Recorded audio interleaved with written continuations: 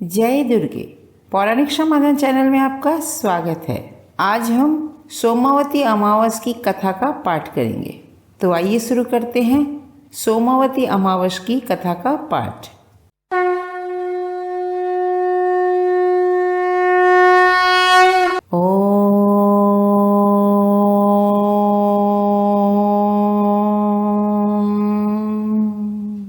श्री गणेशाय नमः।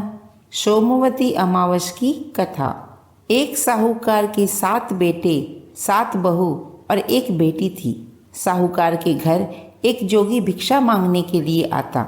जोगी को साहूकार की बहू भिक्षा देती तो वो ले लेता, लेकिन अगर साहूकार की बेटी भिक्षा देती तो वह नहीं लेता और कहता कि बेटी है तो सुहागणी, पर इसके दुहाग लिखा हुआ है। यह बात सुनकर साहूकार की बेटी कमजोर होने लग गई। माँ पूछी कि बेटी तू सुस्त क्यों रहती है और कमजोर क्यों हो रही है? तो साहूकार की बेटी बोली कि एक जोगी भिक्षा लेने के लिए आता है और अगर मैं भिक्षा देती हूँ तो वह कहता है कि बेटी तेरे सुहाग तो है, पर तेरे थोड़े ही दिन में दुहाग भी लिखा है। यह सुनकर साहूकार ने बोली कि कल मैं सुनूंगी। माँ दरवाजे के पीछे छिपकर बैठ गई। जोगी भिक्षा लेने के लिए आया और साहूकार की बेटी जब भिक्षा देने लग गई तो वही बात बोला कि बेटी तेरे सुहाग तो लिखा है, पर थोड़ी ही दिन में दुहाग भी लिखा है। इतनी बात सुनकर माँ दरवाजे के पीछे से निकल कर आई और बोली कि जोगी, एक तो हम भिक्षा देते हैं, ऊपर से तू हमें गाली देता है। जोगी बोला कि मैं गाली नहीं देता, सच्ची बात बोलता हूँ। इस बेटी के भाग में जो लिखा है वो ही बताता हूँ। तब साहूकारनी बोली, अगर तुझे इस बात का पता है कि इसके सुहाग के बाद पीछे पीछे थोड़े ही दिन में दुहाग लिखा है, तो यह भी बता कि वह कैसे दूर होगा। जोगी बोला कि 7 समंदर पार एक सोना धोबन रहती है। वह सोमावती अमावस का व्रत करती है। अगर वह यहाँ आकर अपने सोमावती अमावस के व्रत का फल आपकी बेटी को दे दे तो आपकी बेटी के दुहाग का फल टल सकता है, नहीं तो जिस दिन इसका ब्याह होगा उसी दिन ब्याह होते ही आपकी बेटी के वर को सर्प डस लेगा। यह बात सुनकर साहूकारनी बहुत रोने लगी। फिर 2 दिनों के बाद वह 7 समंदर पार सोना धोबन के पास चली। रास्ते में बहुत धूप थी तो वह एक पीपल के पेड़ के नीचे बैठ गई। पेड़ पर गरुड़ पंखनी के बच्चे रहते थे। उन बच्चों को सर्प आकर डसने लगा तो साहूकार ने उस सर्प को मारकर ढाल के नीचे दबा दिया। जब गरुड़ पंखनी आई तो उसने वहां खून देखकर साहूकारनी को चोंच मारने लगी। साहूकारनी बोली कि मैं तो तेरे बच्चों को बचाई हूँ, मारने वाला तो सर्प है जो ढाल के नीचे मरा हुआ पड़ा है। तब गरुड़ पंखनी बोली कि तूने मेरे बच्चों को जीवन दान दिया है, सो कुछ मांग। साहूकारनी बोली कि पहले मेरे को वचन दे। वो बोली, वचन दिया, वचन से चूकूं तो धोबी की कुंड में कंकरी हूँ। तब साहूकारनी बोली कि मुझे 7 समुंदर पार सोना धोबन के घर जाना है, वहाँ मुझे पहुँचा दो। गरुड़ पंखनी ने 7 समुंदर पार सोना धोबन के घर पहुँचा दिया। वहाँ जाकर साहूकारनी सोचने लगी, सोना धोबन को अपने घर तक ले जाने के लिए कैसे मनाऊं। सोना धोबन के भी 7 बेटा और बहुएं थी। 7 बहुएं काम करने के लिए आपस में लड़ती झगड़ती और काम भी नहीं करती। रात को जब सब सो जाते तो साहूकारनी सोना धोबन के घर जाकर सारा काम करती, जैसे कि गोबर थापती, गायों को नहलाती, घर को धोती, रसोई बनाती, चौका बर्तन करती, अनाज पीसती, कपड़ा धोती, पानी भरती और सूरज निकलने से पहले ही साहूकारनी सोना धोबन के घर से चली जाती। 7 बहुएं सोचती कि सारा काम कौन करती है, आपस में एक दूसरे से पूछती भी नहीं। एक दिन सोना धोबन बहुओं से पूछने लगी, आजकल तुम लोग लड़ती नहीं हो और घर का सारा काम भी ठीक तरीके से कर लेती हो, सो यह बताओ कि तुम में से कौन सी बहू यह काम करती है। बहुएं बोली कि सासू जी, काम तो हमको ही करना पड़ेगा, चाहे लड़कर करे या राजी खुशी, सो लड़ाई करने से क्या फायदा। सोना धोबन सोची कि आज तो मैं रात को जग करके देखूंगी कि कौन सी बहू घर का सारा काम करती है। जब रात हुई तो सोना धोबन ने देखा कि एक औरत आई और घर का सारा काम करके जब वह जाने लगी तो सोना धोबन पूछी कि तुम कौन हो, तुम्हें हमसे ऐसी क्या ज़रूरत है जो छुप करके हमारे घर का इतना काम करती हो। साहूकारनी बोली कि ज़रूरत है तभी तो इतना काम करती हूँ। सोना धोबन पूछी कि बोल तुझे क्या चाहिए।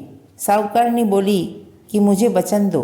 तब सोना धोबन बोली कि वचन दिया, वचन से चूकूं तो धोबी की कुंड में कंकरी हूँ। साहूकारनी बोली कि मेरी बेटी के सुहागन होते ही दुहाग लिखा है, तो चलकर मेरी बेटी को सुहाग दे दो। तुम सोमावती अमावस करती हो, जिसका फल मेरी बेटी को दे दो। सोना धोबन के पति अस्वस्थ रहा करते थे, तो सोना धोबन अपने बेटे और बहुओं से बोली कि मैं तो इसके साथ जा रही हूँ, पीछे से अगर तुम्हारा बाप मर जाए तो तेल या घी में डुबो कर रख देना। फिर सोना धोबन और साहूकारनी दोनों साहूकारनी के घर पहुंच गई। साहूकारनी की बेटी का ब्याह रचाया गया। दूल्हा दुल्हन फेरों में बैठ गए। सोना धोबन दूल्हे के पीछे ही बैठ गई और अपने पास कच्चे करवे अर्थात छोटे से मिट्टी के बर्तन में कच्चा दूध और रस्सी लेकर बैठ गई। थोड़ी देर में ब्याह संपन्न हुआ और कहीं से एक सर्प आकर दूल्हे को डसने लगा। सोना धोबन ने दूध से भरा हुआ मिट्टी का बर्तन सर्प के आगे रख दिया और उसे रस्सी से बांध दिया, परंतु दूल्हा उस सर्प को देखते ही मर गया। तब सोना धोबन ने अपने माथे के टीके में से रोली निकाली, मांग में से सिंदूर निकाला और आंखों में से काजल निकाला और नाखूनों में से मेहंदी निकालकर चिटली उंगली से छींटा दिया और बोली कि आज तक मैंने जितनी भी सोमावती अमावस का व्रत किया उसका फल इस साहूकारनी की बेटी को मिल जाए, और इसके आगे जो मैं सोमावती अमावस का व्रत करूंगी उस व्रत का फल मेरे पति और बेटों को मिले। इतना कहते ही दूल्हा उठकर बैठ गया। सब कोई सोमावती अमावस की जय जयकार बोलने लगे। सोना धोबन जब अपने घर वापस जाने लगी तो साहूकारनी बोली कि तूने मेरी बेटी के सुहाग को जीवन दान दिया है, सो कुछ मांग ले। वो बोली कि मुझे तो कुछ भी नहीं चाहिए, बस एक कूक सिलाओ अर्थात शादी में आए हुए मटकों में से एक कोरा मटका मुझे दे दो। एक कोरा मटका लेकर सोना धोबन साहूकारनी के घर से चल पड़ी। रास्ते में सोमावती अमावस आई तो उस कोरे मटके के 108 और 13 चकपैया अर्थात गोल गोल टुकड़े बना लिए और पीपल के नीचे रख करके कहानी सुनी और 108 फेरी देई और जितने भी मिट्टी के मटके के चकपैये बनाए थे वह पीपल के नीचे गाड़ कर घर आ गई। घर पहुंचकर देखा कि सोना धोबन का पति मरा हुआ तेल और घी में डूबा हुआ पड़ा है। तब उसने अपने माथे के टीके में से रोली निकाली, मांग में से सिंदूर, आंखों में से काजल और नाखूनों में से मेहंदी निकालकर चिटली उंगली का छींटा दिया और बोली कि रास्ते में जो सोमावती अमावस करी हूँ उसका फल मेरे पति को मिले। इतना कहते ही उसका पति उठकर बैठ गया और उसने सोमावती अमावस माता की जय जयकार बोली। थोड़ी देर बाद जब घर का जोशी भिक्षा लेने के लिए आया और बोला कि जजमान सोमावती अमावस का व्रत करे हो, व्रत में रखे हुए चीज़ों का दान दो। सोना धोबन बोली कि इस बार सोमावती अमावस मैंने रास्ते में की थी, उस समय मेरे पास एक कोरे मटके के अलावा कुछ भी नहीं था, सो उसी मटके के चकपैये करके मैंने कहानी सुनी और उसको पीपल के नीचे गाड़ दिया। जोशी बोला कोई नहीं, मुझे उस पीपल का पता दे दो, मैं वहाँ जाकर अपना दान ले लूँगा। सोना धोबन ने उस पीपल का पता बता दिया। जोशी वहां जाकर पीपल के नीचे की जमीन को खोद कर देखा 108 और 13 सोने के चक्कर दबे पड़े हैं। जोशी जल्दी जल्दी उन्हें लेकर के घर आया और कहा कि जजमान ऐसी ऐसी पीपल की फेरी देते हो और मुझे कहते हो कि कुछ भी नहीं किया।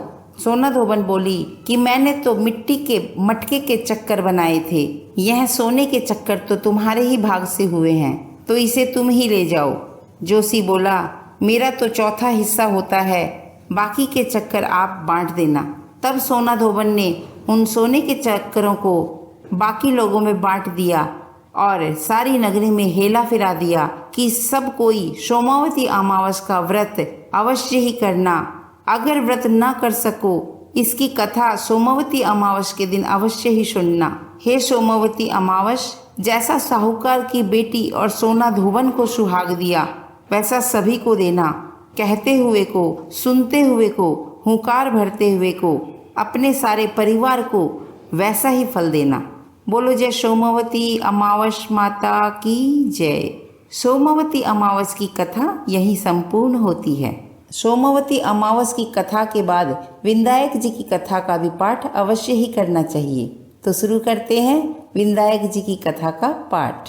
बोलो जय गणेश भगवान की जय। एक बुढ़िया माई के एक बेटा और बहू थे। बेटा दूसरे गांव में कमाने के लिए जाता तो बुढ़िया माई अपनी बहू को बहुत दुख देती, कुछ खाने पीने को भी नहीं देती। तब बहू क्या करती कि घर में रखे हुए खाने को खा लेती और कुछ खाने को बिखेर देती थी। और जब सास पूछती तो वह चूहों का नाम लगा देती। उस बहू का पति 12 महीनों के बाद घर आने वाला था। तो बहू ने सोचा कि कल मेरे पति आएंगे, सो मैं सुबह जल्दी जल्दी उठकर सारा काम कर लूँगी। उधर विनायक जी महाराज ने सोचा कि यह बहू रोज सारा खाना खाकर मेरे चूहों का नाम लगा देती है, सो इसको चुटकुला दिखाना चाहिए। बहू रात को अपने कमरे का दरवाजा बंद करके सोती तो अपनी साड़ी को खूंटी पर टांग देती।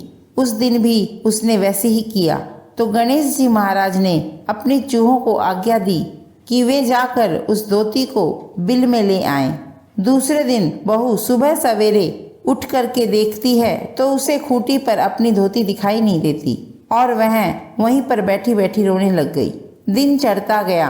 बाहर से सास दरवाजा पीट पीट के उठा रही थी तो बहू बोली, मेरी धोती खूंटी पर से कोई ले गया, मैं बाहर कैसे आऊं। इतने में उस बहू का पति घर आ गया। बुढ़िया ने अपने बेटे से कहा कि तेरी पत्नी सुबह से इतनी आवाज लगा ली फिर भी दरवाजा नहीं खोलती। जब उसके पति ने आवाज लगाई तो उसने दरवाजा खोल दिया।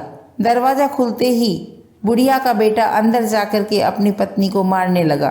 बोला कि तू झूठ कहती है, बंद कमरे में से साड़ी कहाँ जाएगी। तो बहू अपने मन में सोचने लगी कि मैं रोज छुप करके खाना खा लेती और चूहों का नाम लगा देती, सो विनायक जी महाराज ने चुटकुला तो नहीं दिखाया।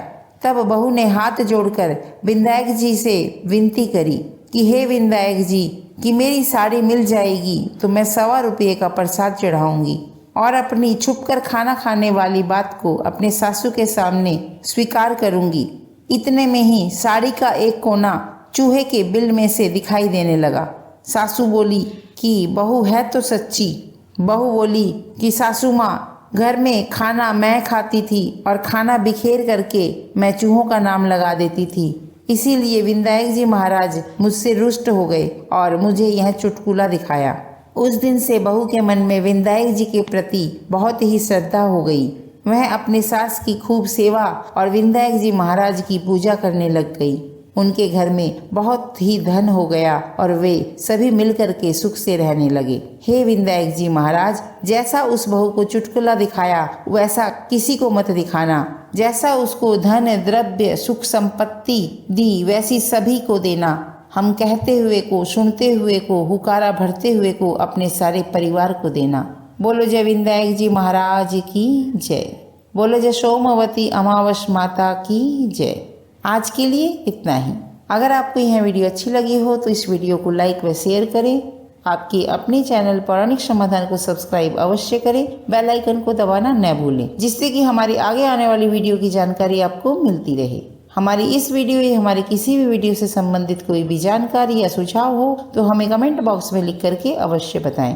हमारी वीडियोस कैसी लगती हैं तथा अपने इष्ट देव की जय लिख करके हमें कमेंट अवश्य करें, जिससे कि हमें आगे वीडियो बनाने के लिए हमारा मनोबल बढ़ता रहे। माँ भगवती की कृपा आप सभी भक्तजनों पर सदैव बनी रहे। जय दुर्गे।